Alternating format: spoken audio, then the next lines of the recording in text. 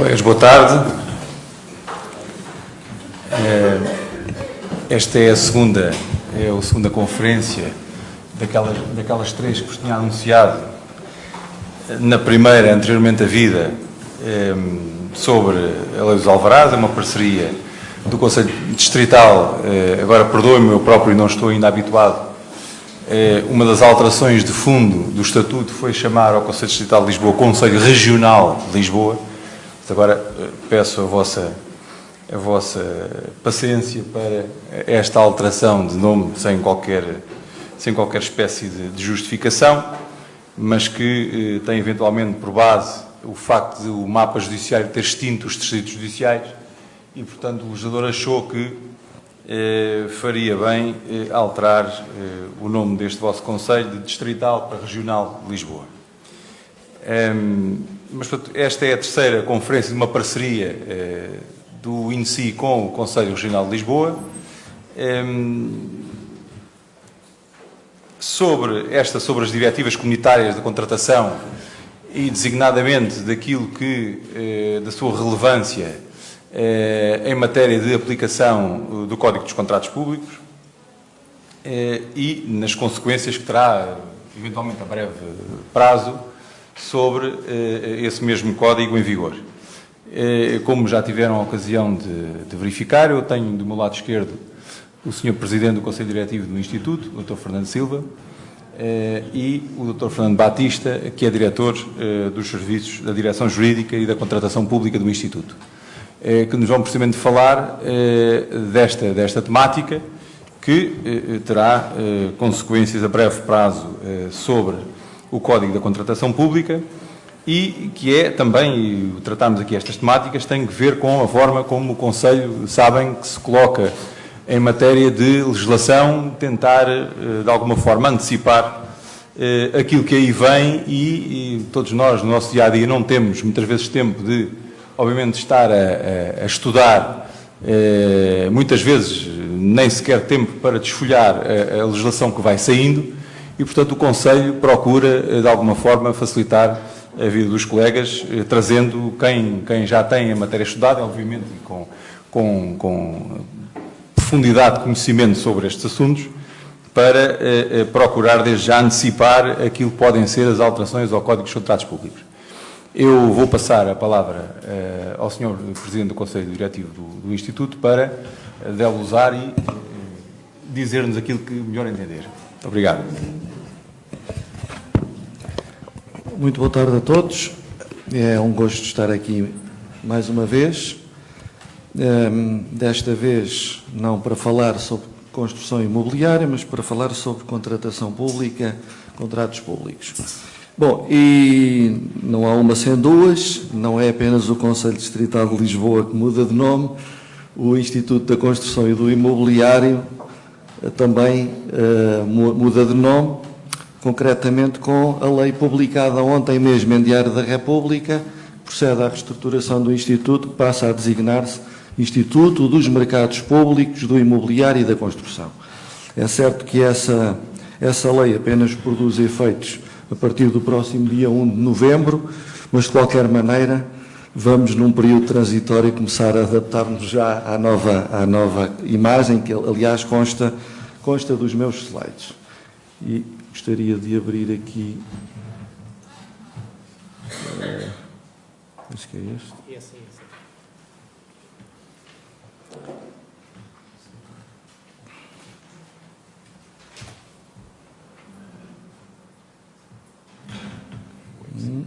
Aqui embaixo. Muito bem. Cá está a nova imagem. Mudamos de verde para azul.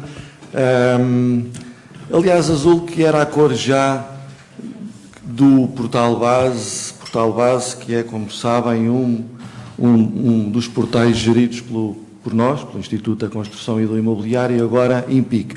O INPIC, penso que já tinha referido isto na outra sessão, alguns de vós certamente já me ouviram falar nisto, mas esta mudança de designação tem precisamente a ver com a área dos contratos públicos, porque, de facto, a designação em si era redutora, apenas englobava as áreas da construção e do imobiliário. Ora, nós, e isso está bem patente na lei na nossa lei orgânica, cuja leitura aconselho, é o Decreto-Lei 232/2015, publicado ontem, como digo, e logo no preâmbulo percebe-se, está explicada a razão desta mudança de denominação. Precisamente faltava-nos no nome a marca dos contratos públicos.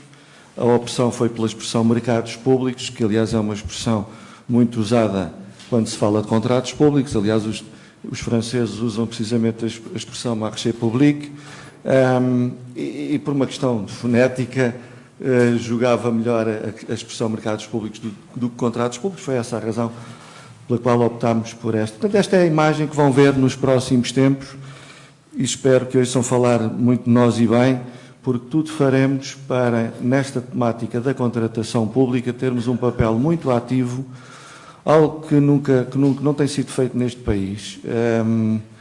E em linha, como iremos ver na minha apresentação, espera-se, e isso resulta das próprias diretivas, que haja em cada Estado-membro um organismo público que, de facto, tenha uma função proativa, dinamizadora, em torno da questão da contratação pública. Nós temos, de facto, um conjunto de entidades em Portugal que já se ocupavam destas matérias, mas sempre numa lógica muito ex post, portanto, a posteriori. Quando falo nas auditorias, nas inspeções gerais, num Tribunal de Contas, são entidades que atuam sempre numa lógica de fiscalização a posteriori. Ora, falta-nos, de facto, uma atuação ex ante, portanto, uma entidade que tenha uma função pedagógica, informativa, clarificadora, através da emissão de manuais de boas práticas, como aliás consta nas nossas novas atribuições, e portanto é esse papel que se espera que tenhamos nos próximos tempos. Aliás, esta sessão é um bom exemplo disso. Aqui está o INPIC a descer ao terreno numa atitude de clarificação, ainda não sobre o CCP em concreto, porque já vou falar nisso, mas começando sim pelo enquadramento comunitário que antecede a própria revisão do CCP. A nossa intervenção divide-se em duas partes. Eu farei uma primeira apresentação sobre as novas diretivas. O meu colega Fernando Batista fará seguidamente uma apresentação mais concreta sobre as implicações que estas diretivas terão no nosso Código dos Contratos Públicos. Bom, e para começar, o enquadramento é este. Portanto, depois de 10 anos depois das diretivas de 2004, das diretivas 2004-17 e 2004-18, temos um novo quadro legal europeu de contratos públicos. Portanto, foram publicadas em 2014 três novas diretivas, todas elas de 28 de março de 2014, uma diretiva, portanto, a 23, a 24 e a 25, sendo que a 23, relativa à adjudicação de contratos de concessão, constitui uma novidade. Uma novidade porquê?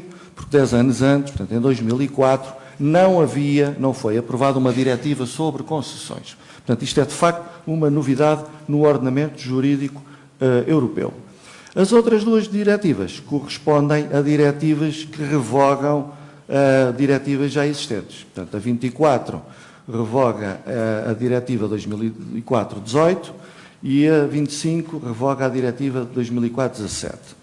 Portanto, penso que a maioria de vós, ou quase todos, saberão que estas duas diretivas, uma era conhecida pela diretiva clássica e a outra a diretiva dos setores especiais. Portanto, a diretiva 24 é, no fundo, a diretiva clássica porque se aplica à generalidade dos contratos públicos, e depois temos uma diretiva específica dos chamados setores especiais, porque se aplica, como aqui podem ler, apenas aos setores da água, da energia, dos transportes e dos serviços postais.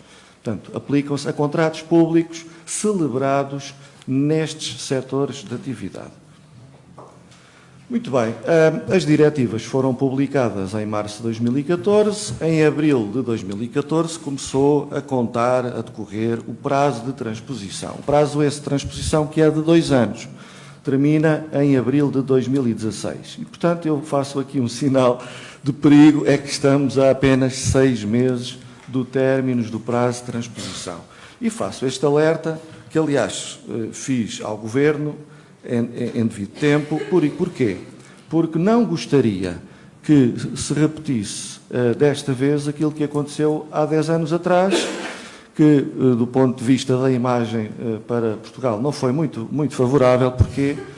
Porque, na altura, também tínhamos 2 anos para transpor as diretivas de 2004, deveriam ter sido transpostas até janeiro de 2006, salvo erro, e, como sabem, o Código dos Contratos Públicos é de 2008. Portanto, transpusemos com 2 anos de atraso.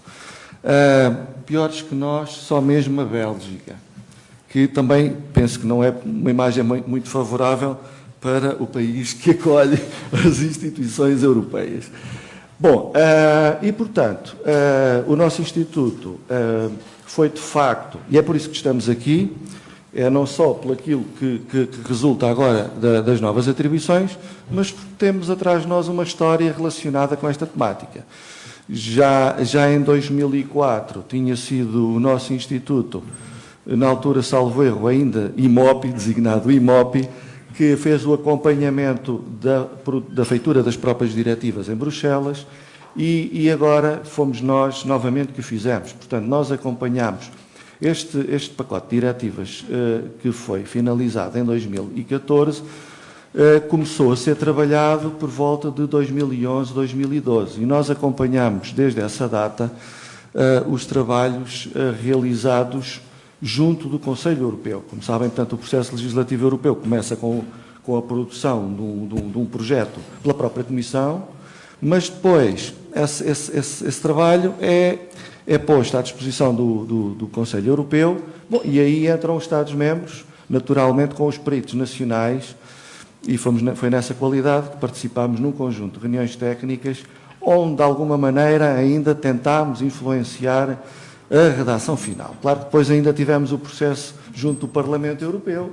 Portanto, se tiverem interesse, está publicado o relatório, um extensíssimo relatório, cujo redator foi o deputado Tarabella, conhecido como relatório Tarabella, que, de facto, densifica tudo o que foi a análise a este pacote de diretivas feito pelo Parlamento Europeu. Portanto, temos aqui um resultado final de um trabalho moroso, extenso, complexo e que resulta, de facto, dos contributos dos vários Estados-membros, sendo que aí, nesse processo, há naturalmente Estados-membros mais influentes do que outros e, infelizmente, posso dizer que é notório para quem participa nestas reuniões, de facto, é visível quais são os Estados-membros com maior capacidade de influência nestas matérias. De qualquer maneira, como irão ver, há aqui um conjunto de normas nas novas diretivas que têm muito a marca de Portugal, como eu irei concretizar, nomeadamente na questão da contratação pública eletrónica. Muito bem, o que é que Portugal fez recentemente em relação às diretivas? Foi criado, em março deste ano, um grupo de trabalho, que eu, aliás, tive a honra de presidir, criado por este despacho que está publicado em Diário da República, o despacho 2969-2015, e, portanto, o Governo criou um grupo de trabalho com 7 membros, 3 representantes do Ministério da Economia, 3 do Ministério das Finanças e 1 da Presidência do Conselho de Ministros, com o objetivo de elaborar o projeto de diploma de transposição das diretivas europeias de contratação pública. O prazo que nos deram foi muito apertado, até 31 de maio, mas, sendo muito apertado, no dia 25 de junho o Governo tinha nas mãos uma proposta de decreto-lei de alteração do CCP. Espera-se... Bom, entretanto, o resto do processo é conhecido, entramos em período pré-eleitoral, depois eleitoral, estamos nesta fase conhecida de formação de governo, portanto, espera-se que, assim que o novo governo tomar posse, coloque em consulta pública a proposta de alteração ao CCP que produzimos, para que, de facto, todos os stakeholders que atuam nesta área tenham conhecimento da proposta e possam contribuir para a sua melhoria. Temos, obviamente, a noção de que o trabalho que foi apresentado carece ainda de um conhecimento público mais alargado para poder, de facto, ser melhorado, até porque há soluções que as diretivas nos apresentam quase de transposição direta, não há muito a pensar, é transpor, ponto final, é quase copiar a norma europeia, mas também deixem que vos diga que também há muitas matérias nas diretivas que não são de transposição fácil, porque carecem de um juízo verdadeiramente interpretativo de qual é o objetivo do legislador europeu e procurar encontrar uma solução no nosso ordenamento que seja aceitável. E aí podemos seguir um de vários caminhos, e é precisamente nessa área que nós sugerimos ao Governo que seja feita essa consulta pública alargada. Portanto, eu diria que estamos em tempo de cumprir o prazo de abril de 2016, desde que a consulta pública seja efetuada até ao final deste ano, para que depois tenhamos tempo de analisar os contributos, espero que sejam mais do que muitos, e possamos ainda apresentar essa proposta em tempo ao Governo para a aprovar até abril de 2016.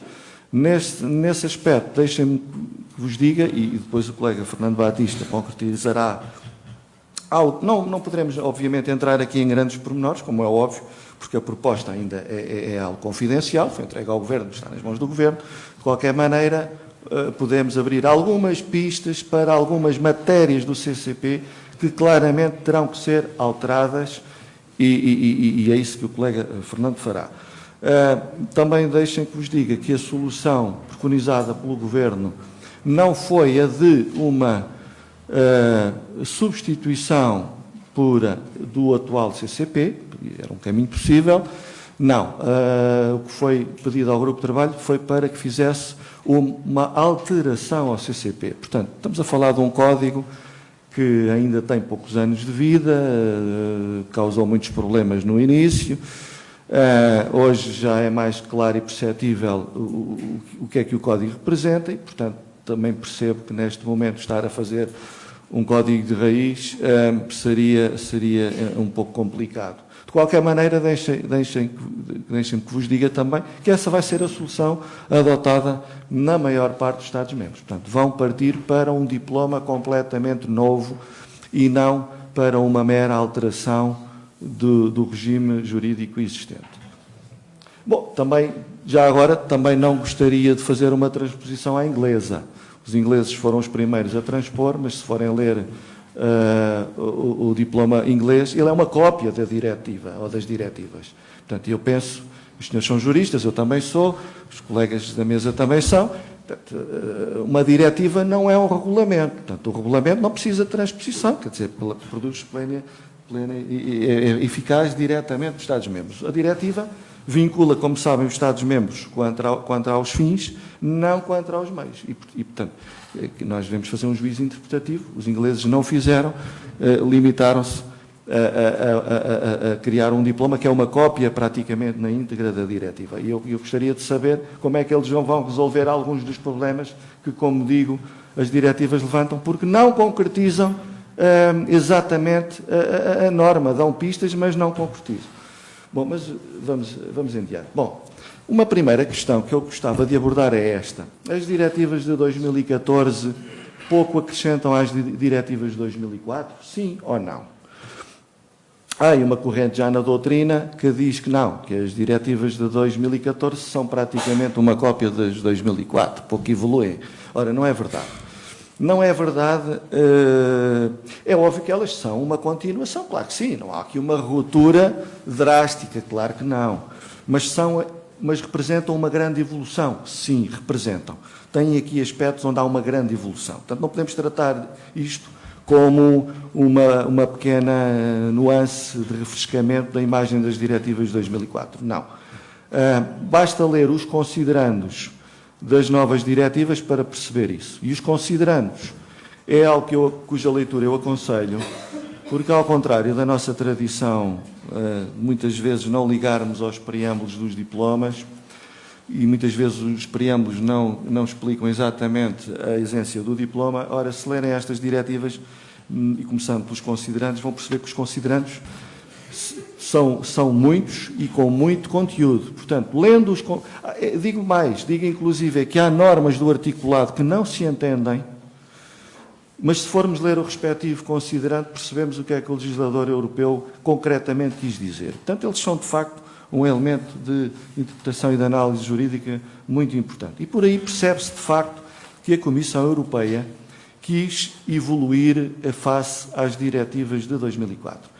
Nesta lista, depois podemos deixar as apresentações, mas nesta lista, de facto, consta alguns exemplos das novidades. Portanto, desde logo uma nova diretiva de concessões. Depois um novo procedimento contratual, a parceria para a inovação. Novas regras sobre conflitos de interesses, a contratação eletrónica. Isto é um salto tremendo. Passámos de uma possibilidade em 2004 para uma imposição em 2014.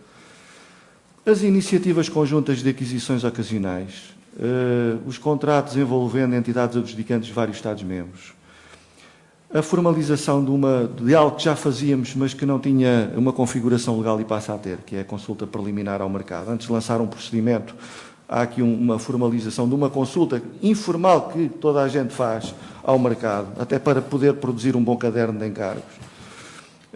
Os rótulos ecológicos, a disponibilidade eletrónica dos documentos de concurso, novos motivos de exclusão, um documento europeu único de contratação pública, que numa primeira fase das diretivas se pensou em chamar de passaporte europeu para a contratação pública, mas depois que teve esta designação, que no fundo é uma declaração sob compromisso de honra, como nós já temos, mas tem um caráter eletrónico e passa a ser num formato standard europeu. Portanto, é um modelo definido pela União Europeia, que, aliás, o meu colega Fernando irá explicar isto em pormenor.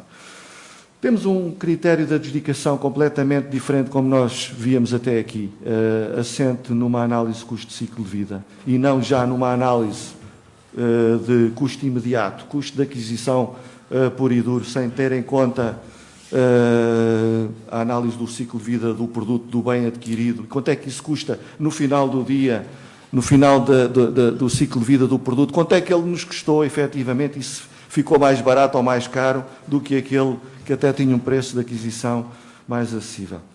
Temos novas regras sobre modificação dos contratos, algo que não encontrávamos nas diretivas de 2004 com este grau de concretização. Temos um novo regime simplificado para a contratação de serviços sociais, de saúde e afins, e um novo título muito importante sobre a governação dos contratos públicos. Portanto, como veem, de facto, há grandes novidades.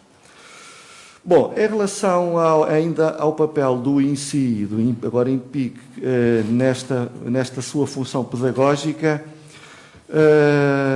logo que as diretivas foram aprovadas, pouco tempo depois, em julho de 2014, divulgámos no portal base um guia sobre estas novas diretivas, onde poderão, numa primeira leitura, para perceber o que elas trazem de novo, aconselho a leitura deste guia que está publicado, que não é uma inovação nossa, portanto, não fomos nós que o criámos puro e simples. O que nós fizemos foi pegar num conjunto de fichas técnicas elaboradas pela Comissão Europeia em língua inglesa e, portanto, fichas avulsas. O que nós fizemos foi compilá-las num único documento, a que chamámos guia, e procedemos à sua tradução e, portanto, esse documento está disponível no portal base. Bom, a minha apresentação vai orientar-se nesta perspectiva, isto é, quais são os grandes objetivos das diretivas de 2014. Eu organizei esta minha apresentação em 9 grandes objetivos, que, por sua vez, depois irei concretizar cada um deles com exemplos concretos. Portanto, vou enunciar alguns exemplos de como estes objetivos serão alcançados com estas novas diretivas. Portanto, os grandes objetivos das diretivas são estes: simplificar e flexibilizar os procedimentos de contratação. 2. A utilização dos meios eletrónicos na contratação pública passa a ser obrigatória em todos os Estados-membros. 3. Facilitar a participação das PME em contratos públicos. 4. A contratação pública não é um fim a si mesmo. A contratação pública é um meio para atingir outros fins, designadamente para atingir outras políticas, nomeadamente políticas sociais, políticas ambientais e políticas de inovação. E por isso são criados um conjunto de instrumentos nas novas diretivas para que os Estados-membros utilizem a contratação pública não apenas como um objetivo puro e simples de adquirir um bem, um serviço ou uma obra, mas sim que o façam também tendo em conta políticas de natureza social, ambiental e de inovação. Quinto objetivo, aumentar a segurança jurídica na aplicação da lei e, por isso, estas diretivas trazem muito a marca da jurisprudência do Tribunal de Justiça da União Europeia. Portanto, muitos dos acórdãos estão aqui refletidos em normas das diretivas. Sexto, incentivar a inovação associada aos contratos públicos. Sétimo, aumentar a transparência e combater a corrupção e os conflitos de interesses associados aos contratos públicos. 8. Regular melhor as concessões, e por isso, pela primeira vez, temos uma diretiva concessões. E, finalmente, melhorar a governação dos contratos públicos. Bom, entrando agora na concretização de cada um destes objetivos. Pegando no primeiro, o primeiro objetivo, como vos disse, é simplificar e flexibilizar os procedimentos de contratação. Bom, isto porquê? Porque a Comissão Europeia tem a noção de que é possível fazer boas compras públicas, boa contratação pública, atendendo aos princípios da concorrência, da celeridade, de tudo mais, simplificando e flexibilizando os procedimentos. Portanto, é notório que há procedimentos, o procedimento concursal pode ser simplificado para ser mais facilitador. Portanto, havia aqui regras muito rígidas, até prazos de decisão muito extensos. Portanto, nestas diretivas encontramos, desde logo, prazos de apresentação de propostas e candidaturas mais curtos. E, portanto, é claro que as diretivas, não se esqueçam, que se aplicam do CUR aos procedimentos acima dos limiares comunitários. E, portanto, os prazos que lá encontramos são precisamente para esse tipo de procedimentos. De qualquer maneira, e esses são encurtados, de qualquer maneira, fica aqui uma indicação clara para cada Estado-membro também fazer um esforço de redução dos prazos mínimos para os procedimentos de contratação de âmbito meramente nacional. Claro que estamos a falar sempre em prazos mínimos, porque depois é na concretização que cada entidade pública, cada dono de obra, cada entidade adjudicante deve definir os prazos de apresentação de propostas que sejam corretos em função da dimensão do procedimento, da complexidade do procedimento, como é óbvio. Há claramente um estímulo à utilização de procedimentos de negociação e do diálogo concorrencial. Isto parece estranho, porque isto já representa uma evolução no pensamento do legislador europeu. Em 2004 havia uma grande desconfiança com os procedimentos negociais, porque se entendia que, não, isto não pode haver negociação. Isto tem que ser quase automático. Portanto, a entidade pública apresenta as regras do jogo, está aqui o programa de concurso, está aqui o caderno de encargos, recebe a proposta, as propostas, compara as propostas e adjudica. Bom, há aqui uma evolução no sentido de praticamente em todos os procedimentos deve ser estimulada a possibilidade de haver uma fase de negociação. Porquê? Porque perceberam finalmente que a fase de negociação pode ser feita sem pôr em causa os princípios da transparência, da igualdade de tratamento entre operadores. Mas, de facto, essa negociação muitas vezes resolve problemas, porque permite, de facto, haver uma aproximação entre aquilo que eu quero comprar e aquilo que os operadores, de facto, pretendem fornecer. Muitas vezes, quando ficamos no plano meramente formal, não é fácil fazer essa aproximação e muitas vezes sou levado a comprar algo que não é exatamente aquilo que pretendo, mas porque foram aquelas as características que eu registrei nos documentos do concurso, fico amarrado a elas. Portanto, o procedimento de negociação é aqui estimulado, e é estimulado um outro que em Portugal não teve praticamente utilização, que se chama diálogo concorrencial.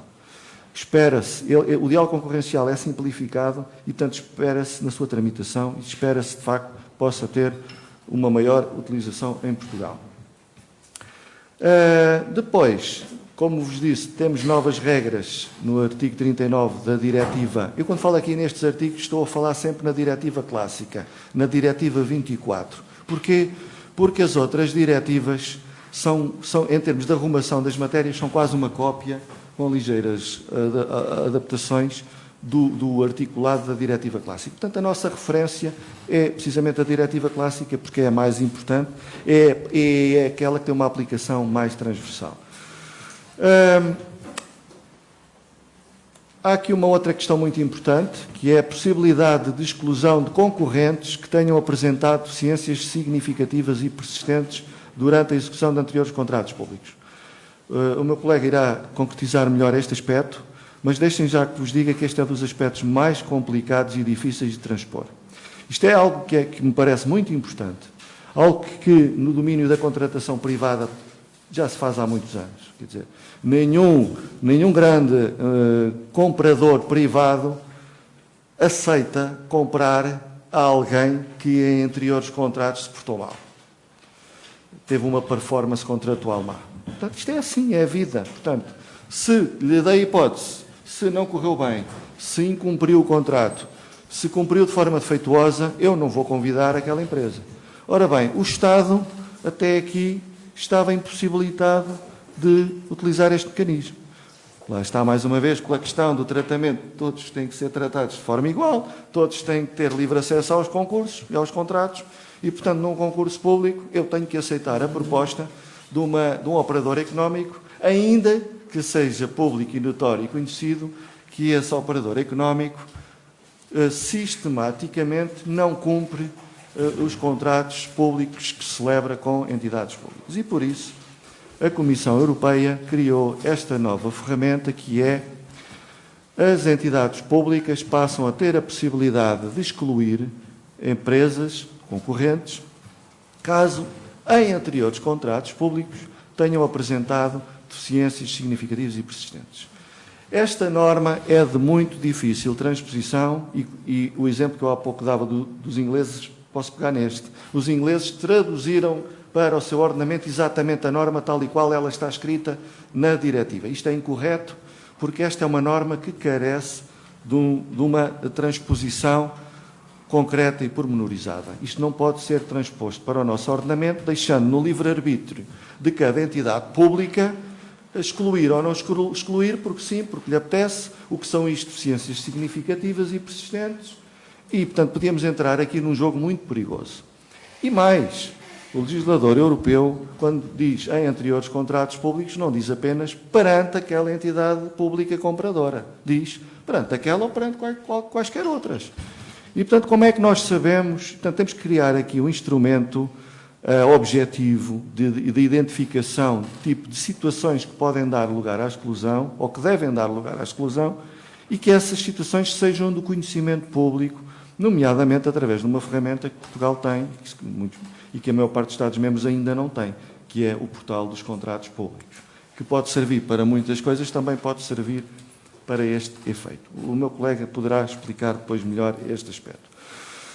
Temos também, em termos de simplificação, a criação do Documento Europeu Único de Contratação Pública, que substitui a apresentação de documentos probatórios. Isto é uma simplificação ao nível europeu. Para nós não é, porque eu há pouco disse que estas diretivas trazem muito da marca nacional. A contratação eletrónica é a mais importante. Esta é outra marca em que claramente nós já estávamos mais avançados que a maioria dos Estados-membros. É que na maioria dos Estados-membros continua-se a pedir a cada um dos concorrentes em sede de concurso que apresente uma bateria de documentos.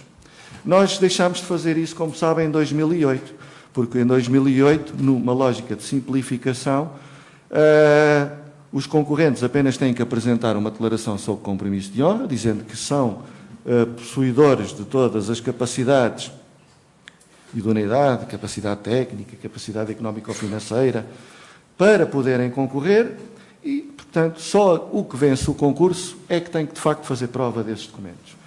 Ora, esse modelo que nós já tínhamos é agora alargado a toda a Europa, sendo que passa a existir, como disse há pouco, um documento único que o meu colega Fernando irá, inclusive, penso, eventualmente mostrar esse documento que está ainda em fase de projeto. Nós estamos a participar numa equipa técnica que está a fechar este documento, portanto, ele está a ser trabalhado por todos os Estados-membros e, portanto, estamos muito próximos de ter um documento europeu único concluído, que aliás depois ficará disponível em suporte eletrónico, e nomeadamente via portal base, penso eu.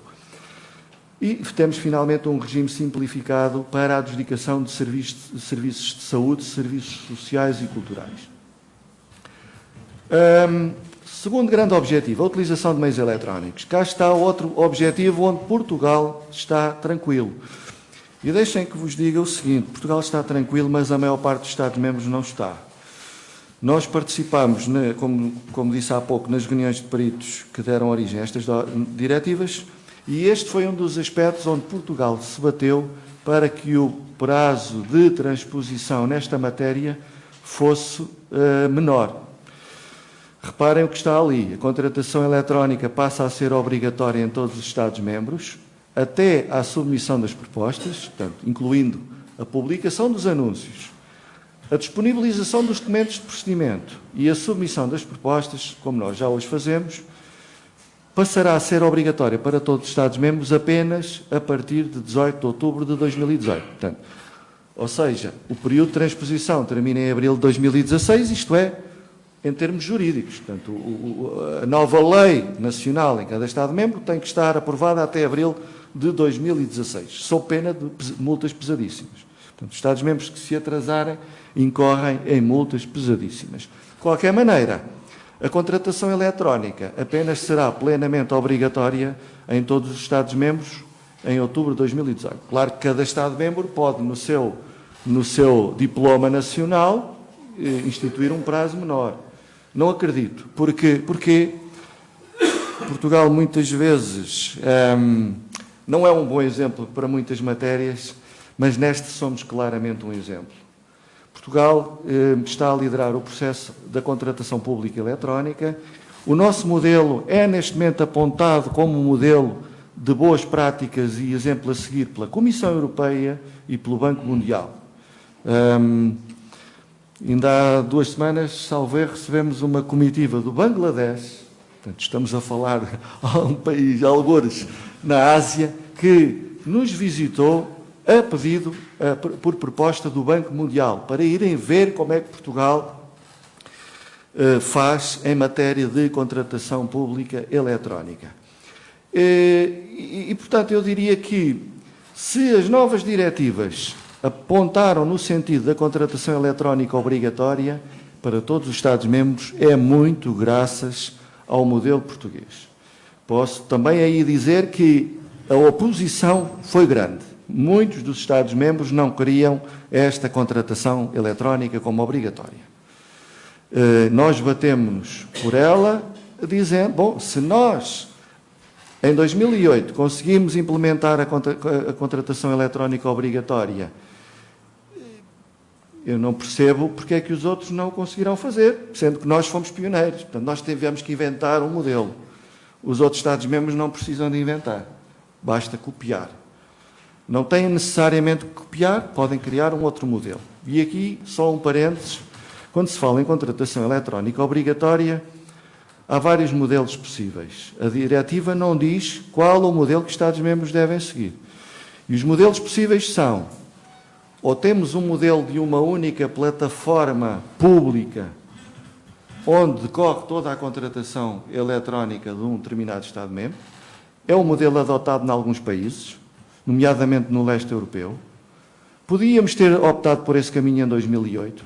Não o fizemos. Na altura, em 2008, preferimos enverdar por um modelo privado de plataformas eletrónicas, que, a meu ver, é o correto.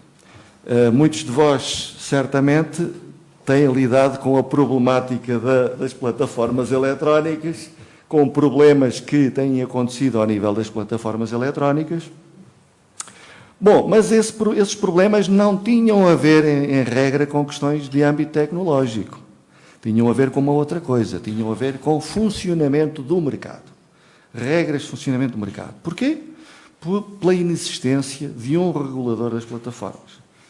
Portanto, o que acontece é que as plataformas eletrónicas, e hoje existem 6 no mercado, penso que as conhecerão, através do portal base, estão lá todas identificadas. O que é certo é que as plataformas, pela inexistência de um regulador, começaram a criar serviços com preços injustos, elevadíssimos, um processo que eu chamei quase de captura dos operadores económicos. Portanto, no fundo, o operador económico era obrigado a utilizar aquela plataforma para poder submeter a sua proposta, bom, e depois ficava completamente prisioneiro ou aprisionado, tendo que pagar muitas vezes preços injustificáveis. Daí que nós incitámos um processo de produção de um diploma que se traduziu neste diploma que está aqui, na Lei 96 de 2015, de 17 de agosto, nova Lei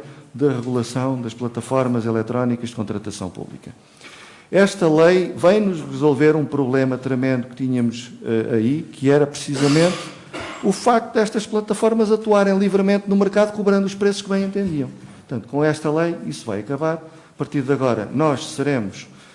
Esta lei entra em vigor na próxima semana, 17 de outubro. E, portanto, a partir da próxima semana, as empresas que quiserem plataformas são obrigadas a um processo de licenciamento junto de nós e um processo de credenciação junto do Gabinete Nacional de Segurança para as questões de âmbito tecnológico e de segurança.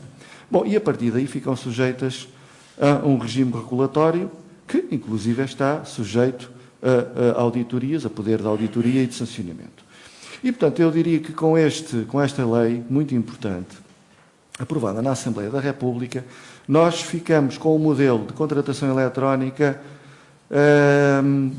a meu ver, ímpar, como digo, na União Europeia. É um modelo que, como disse, foi o modelo adotado em Portugal, modelo privado de gestão de plataformas, mas sujeito à regulação pública. Outros Estados-membros poderão adotar um modelo da única plataforma pública. Eu sou, e demonstrei isso na altura, em tempo, sempre fui contra a plataforma única pública, porque o Estado tem mais que fazer e isto não é fácil. Gerir procedimentos de contratação pública que ocorrem no país inteiro, muitas centenas, se não milhares, de procedimentos a decorrer em simultâneo em todo o país, é algo complexo de gerir. E, portanto, as plataformas privadas fazem-no bem. E fazem-no com uma coisa que o Estado não tem. Fazem-no em concorrência. E a concorrência entre elas estimula a criatividade, estimula a inovação, estimula melhores preços. E há aqui um aspecto muito importante que eu não referi. É que esta lei das plataformas traz algo que se chama interoperabilidade entre plataformas. Portanto, uma das principais críticas que nós recebíamos é o facto de um operador económico ter que se registar em todas as plataformas. Porque, ora, hoje submete uma proposta na plataforma A, amanhã quer concorrer a um concurso que está a decorrer na plataforma B, tem que se registar e submeter a proposta na plataforma B, na C e por aí fora. Hoje são 6, amanhã podiam ser 10, 16, 20. Ora, isto não funcionava, isto assim não funcionava. E, portanto, tivemos que criar um mecanismo que está neste momento a ser trabalhado, tecnicamente trabalhado, um mecanismo de interoperabilidade, que vai permitir o quê? Da mesma forma que até agora uma entidade pública escolhia a plataforma eletrónica com a qual pretende trabalhar, a partir de agora, quando o mecanismo de interoperabilidade estiver completamente criado, cada operador económico vai poder escolher uma única plataforma para poder submeter as suas propostas. E é lá que vai ter acesso a todos os concursos que estão a decorrer e é através dessa plataforma que submete a sua proposta e a sua proposta vai chegar, através da interoperabilidade, à plataforma onde o concurso está a decorrer.